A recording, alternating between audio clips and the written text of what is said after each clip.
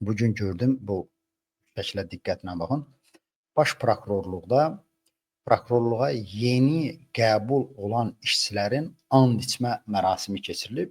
Baş prokuror, ona başıboş prokuror da deyə bilərsiniz, gənclərə uğur arzulayıb Heydər Əliyev haqqında, İlham Əliyev haqqında, Mehriban Əliyeva haqqında təbii ki çıxış eləyib, deyib ki, onların sayəsində dövlətimiz, prokurorluğumuz, dövlətçiliyimiz günü-gündən inkişaf eləyir və ümidin ifadə eləyib ki, prokurorluq sırasına girən bu gənclər öz bilik və bacarıqları ilə dövlətçiliyimizin güclənməsinə xidmət göstərəcəklər. Mən özümlə yaşıl olan və məndən böyük olan insanlara xatırlatmaq istəyirəm ki, yadınızdadırsa, Sovet dövründə, o totalitar sistemdə, müstəmləkə şəraitində bir neçə peşə var idi ki, cəmiyyətdə onlar samballı peşələr kimi sayılırdı. Məsələn, valideynlər öz övladların tərifləyəndə deyirlər ki, balam böyüyüb prokuror olacaq. Və yaxud da bir xarizmatik adamı öymək istəyəndə, onun haqqında tərifli sözlər deyəndə deyirdi ki, filan kəs prokuror kimi adamdır. Mehman filmi var, yəqin ki, çoxunuz baxırsınız. O Sovet prokurorunun obrazını yaradılmışdı. Eyni adlı əsəri əsasında çəkilən filmdə. Yəni prokurorluğun həqiqətən çox müsbət, ali, elitar bir obrazı var idi Sovet dövründə. Müstəqil Azərbaycanda bu Əliyevlərin zamanında prokurorluq, adama görə prokurorluqda vicdanla, ləyaqətlə çalışan dostlardan, yoldaşlardan, Azərbaycanlılardan üzr istəyirəm, cındır bir səviyyəyə gəlib çatdı. Prokurorluq o qədər çirkaba batdı, o qədər rüşvətə bulaşdı, o qədər haqsızlığa uğradı ki, bugün istənilən rayonda adi bir serjant, nə bilim, leytenant rayon prokurorundan hörmətli, sözü keçərlidir. Azərbaycan Sovet prokuraturalarında sıravi prokurorluq işçiləri ilə yanaşı ali baş prokuror vəzifəsini tutan bir neçəsinin adını çəkmək olar ki, bütün cəmiyyətdə onların hörmətləri var idi. Məsələn, İlyas İsmailov. Mənim onun İlham Əliyev dövründə siyasi fəaliyyətinə tənqidi baxışım olsa da, Sovet dövründə o bütün məmur elitasında, eləcə də prokurorluqda öz intellektinə görə, öz insanlığına görə ad çıxarmış bir insan idi. Və ona görə idi ki, təsadüf edirdi ki, Milli Hakimiyyət Əbülfəz Elçibəy onu Ədliyyə naziri təyin etmişdi. Ona qədər də bir olub Azərbaycanın yaxşı prokurorları, vicdanlı, savadlı, dünya görüşlü prokurorluqları olub. Əliyev dövründə biz 3 prokuror tanımışıq. Biri Eldar Həsənov, az para bütün Əliyevin digər məmurlarından, eləcə də prokurorlarından müsbət obrazı ilə fərqlənən biri idi. Eləcə də intellektual bazası var idi. Onu da bilirsiniz ki, həbsxanaya atıblar.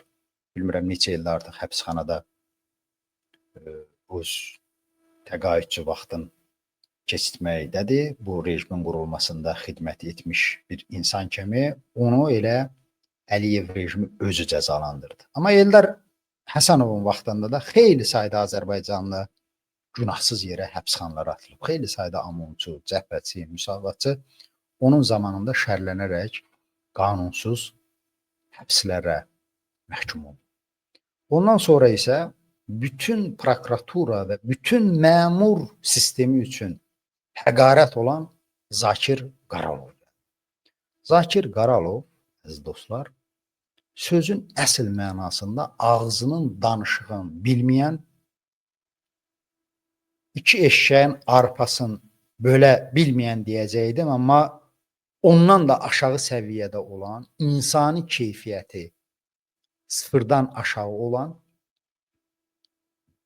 bir insan idi. Heydər Əliyev onu təyin etdi, İlham Əliyev də onu uzun müddət qorudu. Və onun dövründəki qədər prokurorluq sistemi Azərbaycanda heç vaxt hörmətsiz olmamışdı. Prokuratura işçilərinin, prokurorluq işçilərinin bu bazardan göyərti satanlardan rüşvət yığan serjantlar var.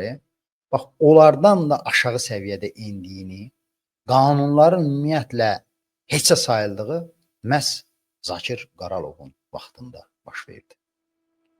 Azərbaycan konstitusiyası təhqir olundu. Azərbaycan qanunları təhqir olundu. Şəxsən Zakir Qaralovun baş prokuror olduğu dövrdə.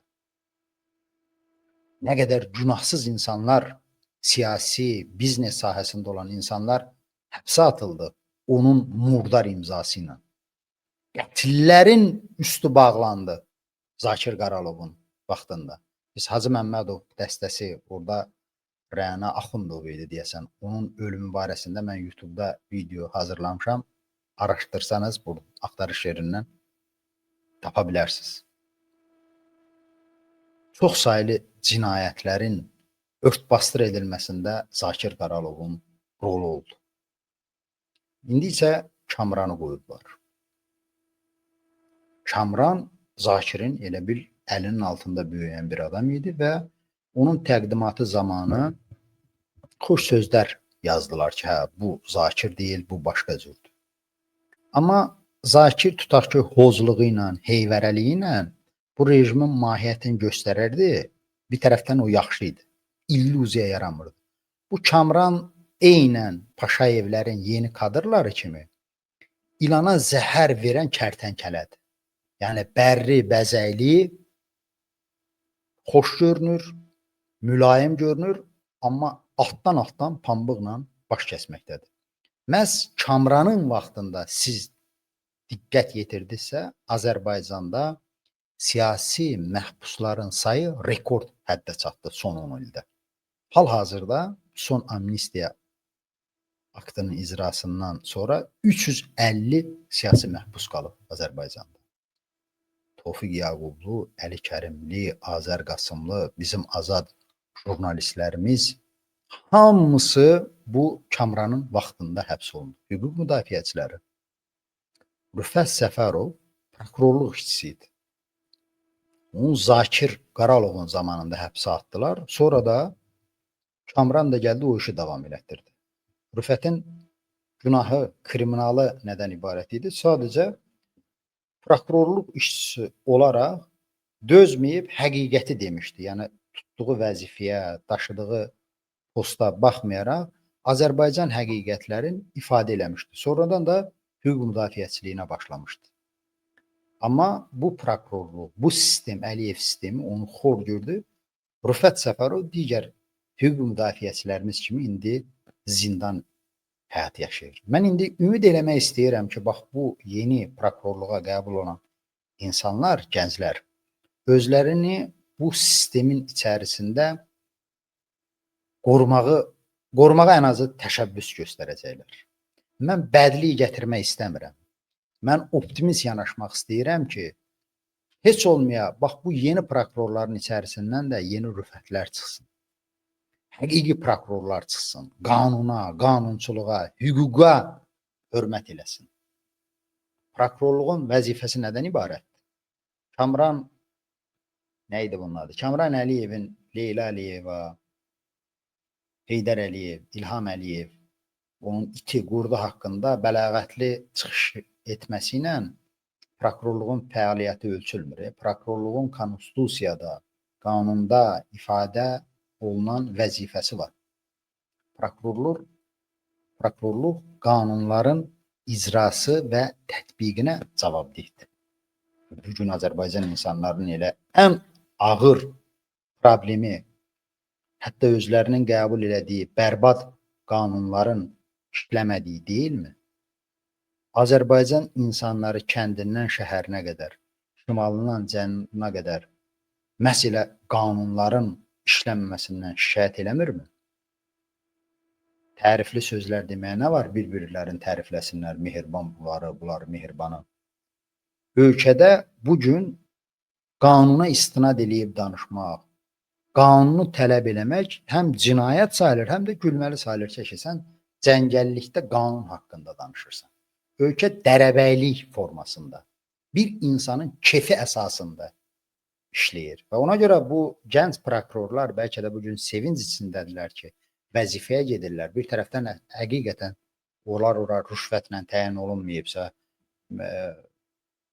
imtahanlardan, müsahibələrdən keçib gəliblərsə, sevinməyə haqları var ki, bir uğur qazanıblar. Amma dostlar, hörmətli gənc prokurorlar, diqqətli olun. Heç bir vəzifə insanın ləyaqətindən, şərəfindən üstün ola bilməz. İmkan verməyin, çalışın ki, bu rejim sizi Kamrana, Zakir Qaralova, İlham Əliyevin özünü oxşatsın. Heç bir şirinlikləndirici vədlər, nə bilim, vəzifələr sizin ədalətsizliyə imza atmanıza səbəb olmasın. Şəxsiyyətinizi qoruyun. İndi bu hakimiyyət uzanır, bəzilərində illüziya yaranıb ki, belə gəlib, belə gedəcək. Mən sizə əmin edirəm ki, belə gəlib, belə getməyəcək. Bütün avtoritar rejimlərin, totalitar sistemlərin ideyası belə olur ki, kütləni anlatsın ki, heç nə dəyişməyəcək, heç nə xeyri yoxdur. Bu təkcə Azərbaycanda deyil, o dəyişiklik olan bütün ölkələrdə bunu görübsünüz. Hətta mən nümunələr verə bilərəm ki, bugün qabaqcıl Avropa ölkələrində o kralların azğınlığı, cinayətləri o həddə çatmışdı ki, ağıllı adamlar, yəni adi çayxana dayıları yox, ağıllı alimlər, ziyalılar yazırdı ki, artıq şərə qarşı müqavimət göstərmək olmaz. Gəlin bu işin başını buraxaq biz. Şər elə haqq, şərin etdiyi nədirsə o haqdır.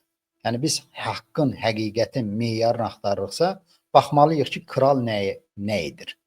Onun elədiyi hər şey əgər başımızı kəsirsə, deməli yaxşı işdir.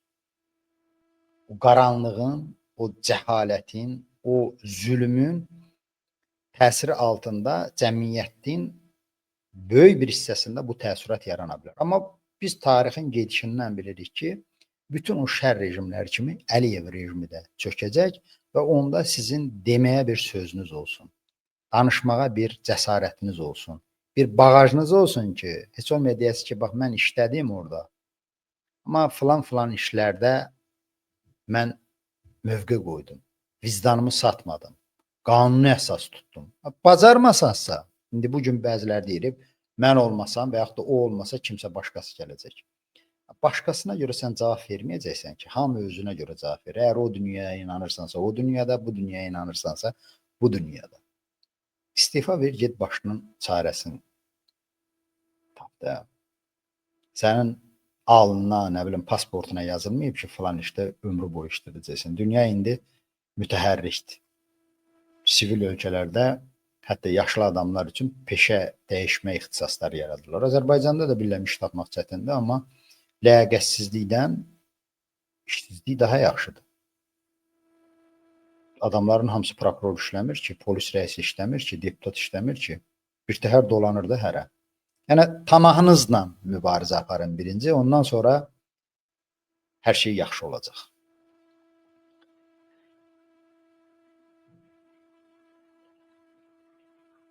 Kamranın çıxışında qanunçuluq, dövlətçilik, konstitusiya bu kimi çıxışları oxuyuram və yadıma mərhum Rafiq Tağı düşür. Yer gəlmişkən, bax, Rafiq Tağının açılmayan cinayətinin bir hissəsi də prokurorluğun məsuliyyətidir ki, bu qanlı hadisənin üzərindən illər keçib, amma prokurorluq hələ də nə Elmarın, nə Rafiqin cinayətini aça bilmir. Rafiq Tağı bir dəfə Səməd Vurğun haqqında yazmışdı ki, Səməd Vurğunun o Ceyran şeiri var da, bilirsiniz. Nə gözəl yaraşır Muğana Ceyran. Rafiq Tağı rəhmətli də yazmışdı ki, Səməd Vurğunun bu riyakarlığıdır bu şeir. Çünki bir tərəfdən Ceyranı vəsf eləyirdi, o bir tərəfdən isə Ceyranın qarnının gülləyə tuturdu. Səməd Vurğun bilirsiniz də ovçudur. Və sonra da əlavə eləmişdi ki, Ceyranı öldürməyə, güllələməyə cəhənnəm. Özü də yemirdi, onu göndərirdi Moskvaya, Yazıçılar İttifaqının sədri var idi o vaxtı, Fadayevə yesin. İndi Kamran Əliyev də, İlham Əliyev də qanunçuluq, dövlətçilik barəsində danışanda həmin şey yadıma düşür ki, qanunu öldürüblər, konstitusiyanı, hüququ ayaq altına atıblar, bir tərəfdən də onu vəsf edirlər. Ona gözəlləmə oxuyurlar.